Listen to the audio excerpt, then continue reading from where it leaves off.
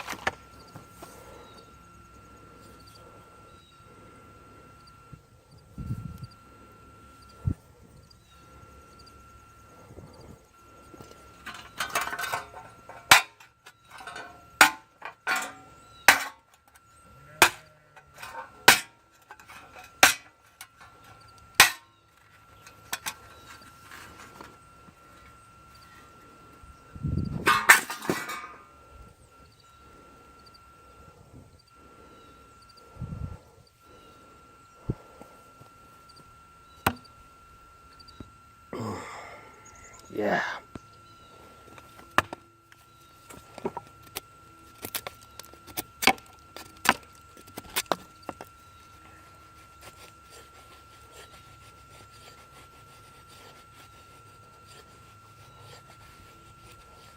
All right, I just want to state, guys, I was trying to keep my mouth shut. I have not sharpened this, okay? I've not done anything to it. I just paused it for a second, grabbed a piece of wood. All right, I'm gonna do a little talking here for a second before we end the video. Hopefully you guys enjoyed it. It was a lot of fun for me to make, come up with stuff to cut, and try to abuse the shit out of somebody else's Survive Knives 4 or 5.1. Okay, it's hard to pick up in the camera, but the way I tell if you've got edge damage, and it works really well, take your thumbnail, you can see my nails are, I keep them pretty short. I don't like them girly ass nails. But stick your thumb in there, be careful, just so your nail's touching, and you'll feel, and you'll see it, you'll see your thumb kind of bounce and jump around if there's anything. I'm gonna do some close inspecting here. You know, the edge is scratched, you know, like you used a 80 grit sharpening stone or something, but there's no damage, guys. I mean, there's no chips, there's no rolls. I mean, visible. I'm sure the edge is, you know, if you could look at it through a not a magnifying glass, yeah, a magnifying glass, but it's still cutting. I mean, holy stinking crap. We just really beat the piss out of this. We cut through some type of steel guard for a light. We did some batoning. We did a little bit of carving, cut up a shoe, sliced through a water bottle, cut through a can of potatoes, and I could still use this for around camp. Okay, no problem. I could still get plenty enough curls to get a fire going.